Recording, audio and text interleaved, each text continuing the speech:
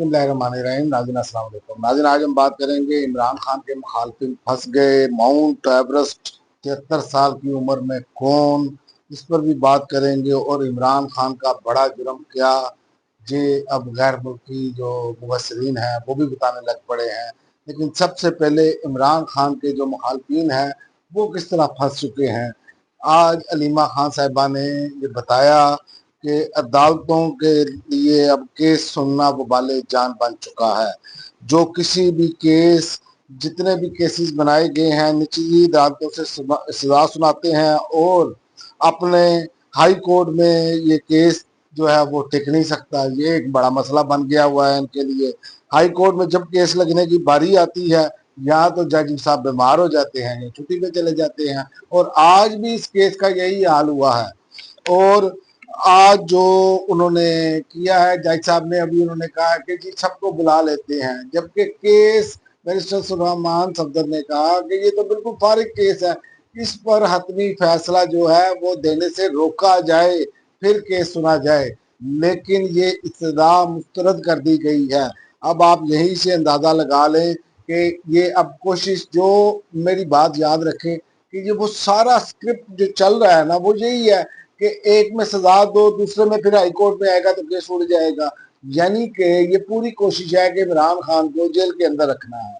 और ये अभी तक स्क्रिप्ट से इधर से उधर नहीं हुए। ये मुझे समझ नहीं आई ये किस तरह की प्लानिंग है कि अपने स्क्रिप्ट को जो है वो तब्दील भी नहीं करते। ये जो सूरत हाल चल रही है ये इंतहाई खौफनाक है। और अभी तक तो ये भी इतलात आ रही थी कि आज फैसला शायद सुना दिया जाए इस जल्दबाजी में। लेकिन मैं आपको बताऊं ये इसी वीक में फैसला आने जा रहा है। ये तो अब रोजे रोशन की तरह आया है और इमरान खान को इसमें सजा दी जाएगी। और ये अलीमा खान साहिबा ने कहा है कि सजा देने का प्लान है। अलीमा खान ने बताया अब जिन्होंने इमरान खान के खिलाफ केसेस की में जो खिचड़ी पकाई थी वो फंस चुके हैं। निचली अदालतों से के फैसला सुनाते हैं, ऊपर वाली अदालत में वो लगाने से कतराते हैं, उसकी वजह के केस टिक नहीं सकता। तो ये वो सारी चीजें हैं जिसकी वजह से आज ये सारे मामला इंतहाई जो है वो पेचीदा हो चुके हैं। निज़ाम इंसाफ पर हर जो पाकिस्तान का शहरी है उसका अदम एतमाद बन चुका है। आप देखें ना, 9 माह बाद तो केस लगाया गया है। तो ये सारी सूरत हाल है। और ऐसे सैकड़ों के हिसाब से केसेस इमरान खान पर डाले और झूठे केसेस डाले, जिसको जाके डिफेंड भी नहीं ये कर सकते, गवाह भी नहीं पेश कर सकते, गवाह मुकर गए बहुत सारी चीजों में। और एक ही केस में दूसरी मरतबा सजा सुनाने जा रहे हैं। ये भी पाकिस्तान में कानून में पहली मरतबा होगा किसी के साथ। तो जिस तरह के ये मामला कर रहे हैं इनकी बचत मुझे नजर नहीं आ रही। ये ऐसी एक उसको कह सकते हैं बेहंगम चीज को दावत दे रहे हैं कि अगर ये लावा या ये चिंगारी चल गई तो याद रखे इनका कुछ नहीं रहना। ये समझ नहीं पा रहे कि हो कर क्या ये रहे हैं। ये इसी आड़ में पाकिस्तान का मजाक बनवा रहे हैं। ऐसे वजीर आजम को मुसल्लत कर दिया गया जिसका मजाक बनाया जाता है सोशल मीडिया पे, जो अल्लामा इकबाल के शेर की तशरीह उस बंदे को करके दिखा रहा है, जिस बंदे को, और ऐसे मुखातिब कर रहा है उसको। जिस तरह के ये मस्खरापन किए जा रहे हैं ये भी हमारे सामने है। लेकिन असल बात क्या है? असल बात है कि इमरान खान के हवाले से तवज्जो उठाने के लिए ये नून लीग और पीपल्स पार्टी ने भी नूरा कुश्ती शुरू की। मैंने पिछली वीडियो में भी बताया, जब कैसद ने कहा कि आप इतने संजीदा तो लाओ तुम्हें, तो बाद हम आपके साथ खड़े हैं। लेकिन ये नहीं होगा। ये सब बकायदा गेम की जाती है, तवज्जो उठाने के लिए ऐसे वाकयात क्रिएट किए जाते हैं ताकि तवज्जो हटे और इमरान खान को ज्यादा से ज्यादा देर तक जेल में रखा जा सके। पहले आप अलीमा खान साहिबा का ये छोटा सा क्लिप देख लें। इमरान खान और बुशरा बीबी को एक ही केस में बारी बारी बुला रहे हैं। मैं आपको ये बताऊं, इनका ख्याल नहीं था कि इमरान खान के केसेस इतनी देर चल रहे हैं। जिन्होंने भी ये वो खिचड़ी पका के दी थी कि इमरान खान के ये जल्दी जल्दी 2-3 केसेस डाल दो, वो केसेस डाल के फंस गए। वो इस तरह फंस गए हैं कि इन्होंने सोचा था शुरू में 1-2 केस जल्दी से डाल दें, एक तोशा खाना डाल दें, अलकादर डाल दें, और ये बताएंगे कि आप 10 साल निकल ही नहीं सकोगे। उसके बाद इमरान खान जाएंगे और डील करेंगे और मुल्क छोड़ के चले जाएंगे। इस किस्म की बात है। प्रॉब्लम इनको साथ ये हुआ है कि जो सारा जस्टिस सिस्टम जो इस वक्त का बना हुआ है, जिसके लिए फकीर की तरमीम आई है, ये जो केसेस इमरान खान और बुशरा बीबी पे बनाए थे, वो जब चलना शुरू हुए तो सलमान सफदर साहब ने, जिस तरह हम सबको समझ आई है केसेस की, जब वो घसीटना कोर्ट में मुसीबत पड़ गई है जज।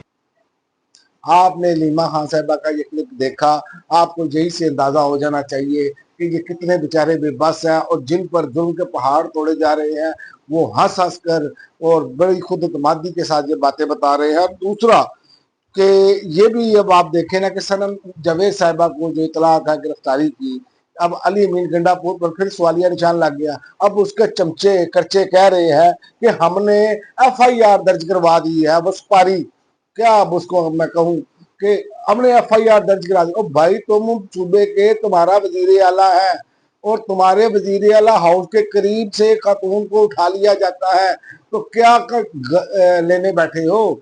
किस खेत की मूली हो तुम लोग हमेशा बेशर्मी और बेगैरती के साथ उसके इमरान खान के बहनों के खिलाफ बात करने को जबान गज लंबी निकाल लेते हो। यहाँ पर गज लंबी जबान नहीं निकाली जाती है आप लोगों से। तो बात यह है कि ये सारा कुछ इसलिए किया जा रहा है ताकि ये सिस्टम चल सके, लेकिन ये सिस्टम नहीं चलेगा। पाकिस्तानियों, ये बात तय है, आपको ये नजर आ रहा है बजाय हकीकत में कि ये सिस्टम चल रहा है, ये सिस्टम क्लैप्स हो रहा है, मुसलसल क्लैप्स हो रहा है।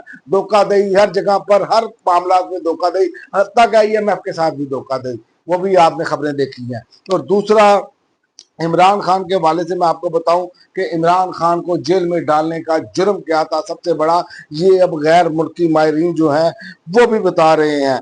और वो बता रहे हैं कि इमरान खान पाकिस्तान की खारजा पॉलिसी आज़ादाना तरीके से चलाना चाहते थे, जो यहाँ के अंदर बैठे हुए लोगों को जो हमेशा की तरह गुलाम है, जो नस्ल दर नस्ल गुलामी करते चले आ रहे हैं, वो यही समझते हैं कि हमने इन जमीनी खुदाओं को सजदा करना है, इससे बात ही बनेगी। लेकिन इनको ये नहीं मालूम कि जो मेरा रब है वो असल में फैसला साज है, वो सिर्फ डील दे रहा है, लेकिन इनको समझ नहीं आई।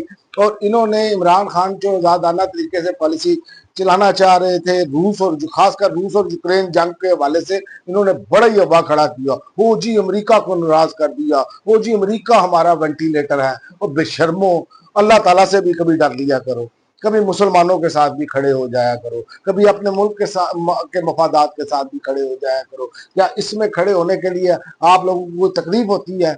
लेकिन असल मसला क्या था, यूक्रेन जंग में इमरान खान पाकिस्तानी मफादात को सबसे आगे रख रहा था कि रूस से सस्ता तेल खरीद सके, रूस से सस्ती गैस ले सके, जैसे कि भारत ने ली। अब इन्होंने क्या किया, इन्होंने उसके बाद इमरान खान की इत्मीनान एतमाद के जरिए हुकूमत गिराई और पाकिस्तान को इस लेवल पर नीचे ले गए कि आज पाकिस्तान के बारे में ये खबरें आती हैं, फला मल्टीनेशनल कंपनी चली गई है, फला चली गई है। मल्टीनेशनल कंपनियां तो छोड़े, आप पाकिस्तान के जो लोकल सरमायाकार है वो भी छोड़कर चले जा रहे हैं। और अब इसका एतराफ गैर मुल्की मुबसरीन भी जो है वो कर रहे हैं, वो ट्विटर बड़ा पड़ा है उस पर भी। तो ये हमारी हालत है।